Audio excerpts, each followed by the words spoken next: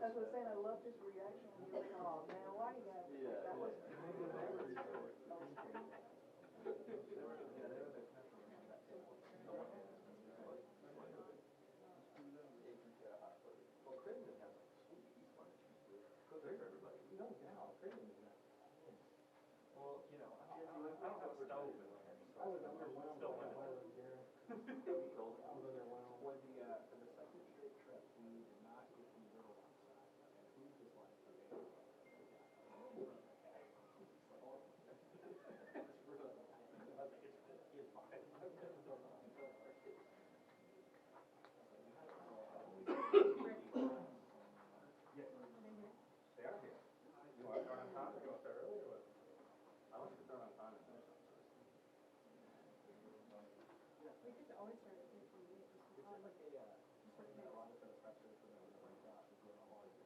We usually try to go 15, 20, and 15, 20. Okay.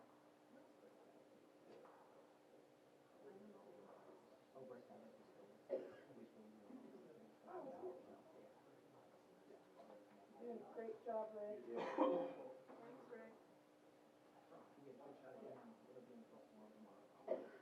Yeah?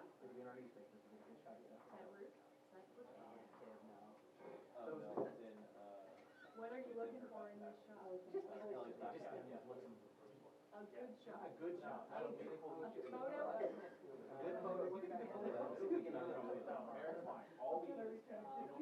No, we don't need any. No, those two. See, those two. No, not really. Go, John. Finley, Bowman, Oh, see, you're looking from this angle, and every time you go like this, you go in between the head and Zach. I'm actually hot now. My hair's all faded. I'm getting ready for well, we're both in that first year. I'm a fraternity. She's a sorority. I'm like at school. Thank you all for joining us today. We're going to have our final press conference today. Will be the joint offense and defense for Oklahoma. Again, silence phones, please. We have mic holders, so please do raise hands. And then we are transcribing via YouTube, so if you address a question, it's helpful to them to address it to a player versus a side of the ball. And then, as I said, tonight we're doing the Rico's River Rally. That's down at the Arneson River Theater. We will go live at 5 with more of the player action, more like 5:20, 5:30. And then tonight in the Merritt River Walk, we do hospitality.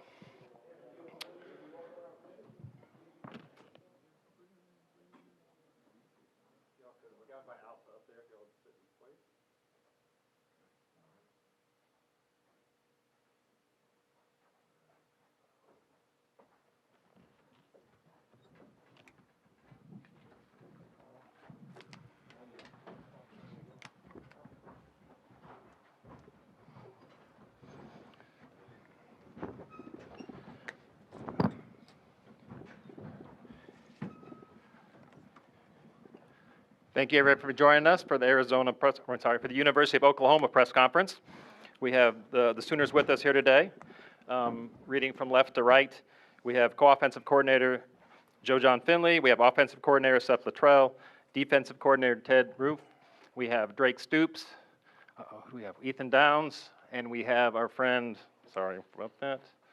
We have at the end we have McKade Metteaur, and then I think we see Billy Bowman. We have Billy Bowman. Did I miss somebody? What did I miss? Billy's here. Yeah. Billy's here. Okay. We're going to go right into questions. So if everybody please raise their hand and bail me out here. Thank you.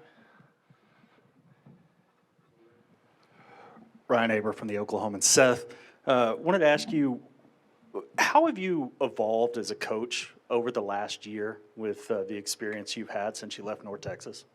Well, I think just being with a great staff, Coach Venables and this group, understanding the culture and, all the hard work they put in here, just being able to sit back and really observe for this past year has been really refreshing. It's helped me grow not only as a coach but as a person, and I feel like that getting a really good sense of what we did offensively here, the way we played. I thought Coach Levy did a phenomenal job along with a ton of great coaches in that room. Just being around them every day, you're going to learn and you're going to grow. And it's been a blessing for me just to have this year, that opportunity this year.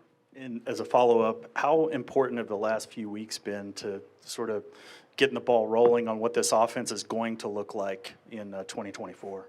Well, I'll tell you, it's been very fast over the past few weeks. You know, having gone from, you know, not knowing exactly what I was doing after the season to going out on the road recruiting to the transfer portal to bowl practices to bowl prep, trying to get on the same page with all the coaches during this time has been very challenging. But you know, we got a very hard-working crew.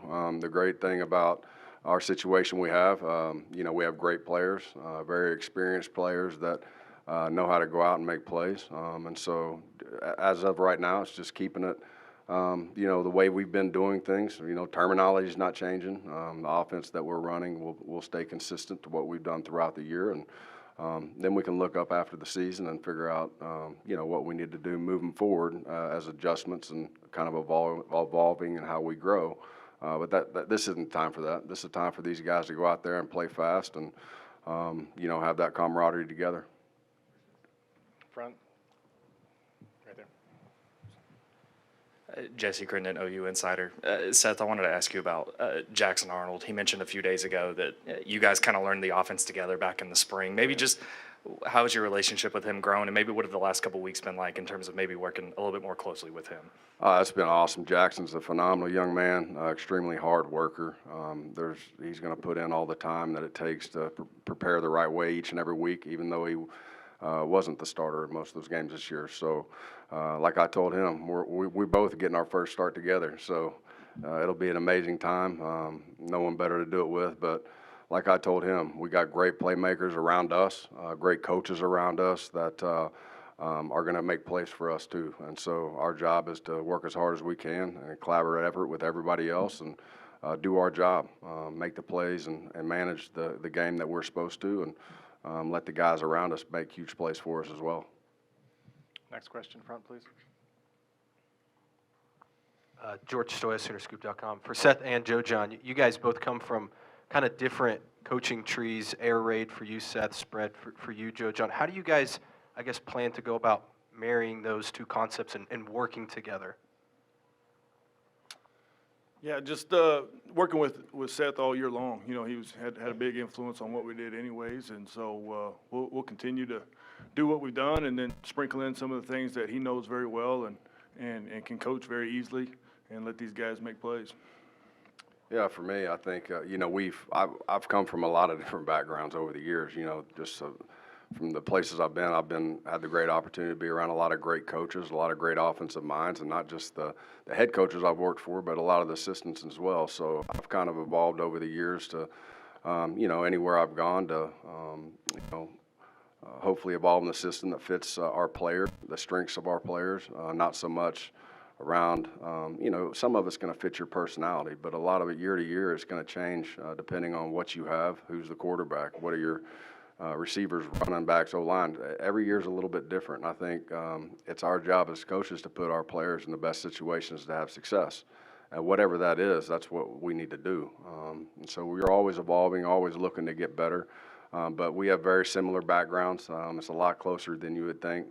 And so that's one of the reasons I came to the University of Oklahoma, just believed in what they were doing offensively. It was very similar to what I was doing before the past few years at North Texas. And so it was just a great fit for me, and just being able to learn and grow under this system. A lot of the things that we were doing has really helped me just evolve more into this system as well. So it's been great. Question front.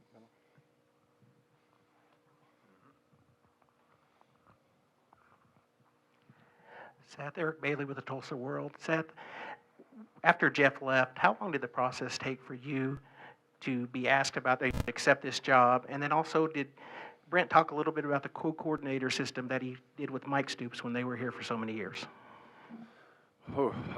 It's like dog years, I think, from the beginning of kind of after our last game, you know, through the recruiting cycle. You know, it wasn't long. I know there was a process.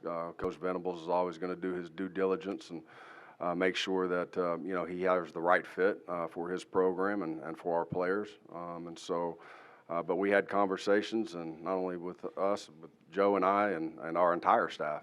And I think it's a collaborated effort, you know, in order to get the right person, the right fit in there. But after that, it wasn't too much longer. Obviously, the way we do things as a coaching staff, and offensively, especially with Jeff or Lebby before and now moving forward, it's not going to change. We're all going to help each other. We're all going to game plan together. At the end of the day, on game day, someone calls it, someone, you know, but there's a lot of help in between. Maybe in between series, maybe on a third down, a crucial third down, someone's going to speak up and say, we need to run this. And that's why we do it together all week long. You know, I think people sometimes, if you haven't been involved in it, they make it a little bit too hard. Who calls what and this? Listen, we have great coaches, we got great players, and at the end of the day, you know, we're going to do it together. We're always going to do it together as a collaborated effort, and our biggest thing is have fun and make sure we go out there and we can execute what we're calling. Question middle. Yeah, this is for Joe, John, and Seth, both. John Hoover, all Sooners. If you could, Brent talked a few weeks ago about the pride that you guys have being former players coming back, coaching at your alma mater. If you could expound on that, please, that would be great. To just the amount of, I guess, respect you have for the program, the love that brought you here in the first place, that kind of thing. Yeah, so for me, I've picked Oklahoma 3 times. You know, I've picked it as a player in 03, and then came back as a GA in 2012 and 13, and then as soon as I got a call to come back here 3 years ago, I couldn't get in the car fast enough, and my family's from here. And man, I absolutely loved University of Oklahoma because of the players that you see sitting beside us. These guys have so many expectations on their back. There's so many fans that want us to win every single game and play perfect every single game. And these guys do a great job of handling that. And I wouldn't want to be anywhere else. I love the expectations, man. I love playing in front of 85,000 every Saturday. And I know what the expectations are. And man, it's been so much fun this past month working with Seth and the staff, just trying to get a plan together to let these guys go execute. Yeah, for me, obviously being born and raised here, my father played here, and so that's all I ever knew growing up. You know, that was my dream growing up, and I remember laying in bed growing up, and I told our players this story kind of when I got hired. You know, my mom always sitting over there and telling us, you know, telling me, you know, I was going to follow my father's footsteps, have the opportunity to play for a national championship at Oklahoma, and she said that a long time ago, and I would get so excited, and then we would say our prayers at night, and that's the honest God truth. We'd pray on that, and she's been praying over that for my entire life, and God's been good to us, and got the opportunity to come here and play for a national championship and be a part of an unbelievable team. And so this place obviously means everything to me. I've been trying to get back here for 23 years, and so this is obviously the place I want to be. I'm just as much a fan as I am a coach. I'm a huge fan of Oklahoma, and so I have high expectations of this program, along with everybody sitting up here and everybody within our program. And so we know the expectations, and hey, we're gonna do everything we can to go and compete, win championships. But it's all about the coaches and players and the fans. That's what makes this place so special, and I'm just glad to be home. We go second row and then back. Eli Letterman, sellout crowds for Seth and Joe John. By the end of this, Jackson will have had, 15 bowl practices in a game. What are the markers of growth over that time, taking the first team reps, that you'll be looking for Thursday or maybe are already seeing in practice? I think there's been a ton of growth. I think Jackson's one of those guys that he's going to, you know, compete every single day with himself and get a day better. And the players will be able to tell you a little bit more. They're with him every single day in the locker room, the amount of work he puts in. Obviously, you're going to get more and more comfortable with more days of practice and more reps with the first group. And so, listen, Jackson's a phenomenal young man. He loves competing. He always goes out and plays with that chip on his shoulder. And, you know, I definitely believe he's going to be a special player. But, again, there's a ton of special players over on the team, and you know, guys that are striving to get better each and every single day, one day better. That's what we're here to do, and these guys go to work at it every single day. It's not just Jackson; it's our entire group. All right, if we have Coach, we are going to break out after we do from players and Coach Roof. If any other questions for them, please. For the players and also the offensive coordinators, when you look at Arizona's defense, what stands out to you? I guess we'll start with you, Drake. They're very disciplined. They definitely know where they're supposed to be and how, where their help is and how they can complement each other in their schemes. And, they play sound. They rally the football. They play hard. They're real strong inside. And on the back end, like I said, they're disciplined and they're all, really kind of playing together. And so you got to pick and choose when and where to attack. Okay. Next question. Anybody for any of the players? How about Drake? We had one from social media about you sitting in that same seat probably 2 years ago. Have you kind of come a full circle moment from you and how your growth in the offense? Yeah, I remember sitting here 2 years ago, and it's good to be back. Hopefully we'll be back at the end of the game as well. And, I've just been working year in and year out, trying to be a better player really every day. And you're never too old to continue to learn and continue to grow. And I feel like that's what I've done over the last 2 years. And hopefully I'll be a very different player stepping into the Alamo Bowl this year than I was 2 years ago. Front row. For Billy and Ethan, you guys are two of the only 4 guys left in that 2021 class. Heading into next year, I mean, what does that mean to you guys and kind of taking on that leadership role as this program goes into the SEC? What they say is right. When you come into college, the same people are not going to be there when you leave. But being here, it shows the loyalty we have for this school, for this program, for these teammates and coaches. But just going into my senior year, obviously I want to finish out on the right note on my junior year with this last game we have. But going into my senior year, man, it just went by in a blink of an eye. Just yesterday, I feel like I just came in early to spring ball and, was going through spring ball, then fall camp, then, started my freshman season. But now that I'm starting to head into my senior season, I just feel like, it's big time to be able to be recognized and be chosen to be up here as a leader of this team. I'm just going to continue to keep doing my best and whatever I can. Yeah, it's an honor to be up here, like Billy was saying. We've seen a lot of different coaches, and we've been a lot of different places, and the expectations have always been the same because that's what he's about. So we know the standard, we know how to uphold it, and we know what OU means because, like Billy said, we picked it from the beginning, and we've been here, we've stayed here through all the chaos and all the craziness of the last 3 years, and now we're able to build it up as chosen leaders by our peers. That was an honor. It wasn't a coach's choice. We picked a toll as a locker room of who we want the leaders to be. And when they said it was us, when I was chosen part of that group, I teared up, started crying. I was like, man, this is an honor because this is stuff I dreamed about as a kid. So getting to live that up, make the most of it, why not? Why not be a leader? Why not try to chase every dream and every goal and give it our very best? So that's what we're doing. That's what we're here. This is what's in front of us. Attacking this week, head on, and this is a championship. We got to win. Any other questions? Let's go on the far left. Going off of that, Ethan, when you look at coming back, and I'm trying to remember what I was going to ask, but being one of those leaders, being one of those guys that's coming back. You kind of started it. It was you. You said you're coming back, and then Billy did, and then Danny did, and DJ and Jacob. And what does that say to you about what Brent Venables has been able to do and what he is accomplishing in terms of getting that culture to be exactly where he wants it to go moving forward?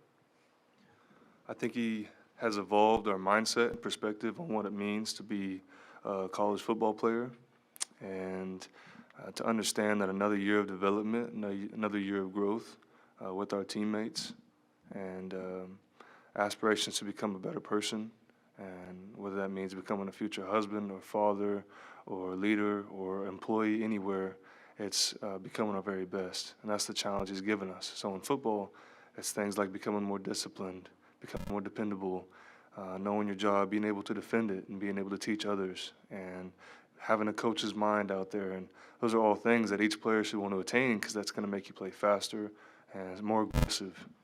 And another year of us with Schmitty getting bigger and stronger, you know, and the brotherhood that we're building. We've had 3 years together. A lot of those guys in my class have decided to come back. And even the guys in the next class coming back for fifth year. A lot of us have really bought in this year and decided that we have huge goals to strive for, and we were inches away from getting it this year. And compared it to the year before, we understand it's a game of inches, and to practice our disciplines every day to chase those inches so that we will be in the playoffs next year. So we have these dreams to chase because they're so close. And buying into that dream as a whole class, as a group, as leaders is really amazing and special. It's not common. Very good. A couple more questions. We got one on social media. Coach Roof, could you kind of talk about what you've seen on film from that Arizona offense? I mean, after their 529 yards the last game. Yeah, tremendous balance. Both explosive plays in the run game and the pass game. There's no weakness. Their offensive line is well coached. They know how they're protecting and also who to target in the run game. But the quarterback is he's pretty special. Again, makes a lot of plays with his arm, but also has the ability to make plays with his legs as well and extend plays. And you can just feel as you watch the tape, you sense a sense of confidence and belief that they have in him. And again, with the talent they have at the receiver position and the running back position, they involve the tight end and throwing game. So a lot of balance, but a lot of explosive plays. Very good. Any more questions from the field? All right. Well, thank you today for coming. We'll break it up. If the coaches could stay up top and the players, we'll move you all around the room.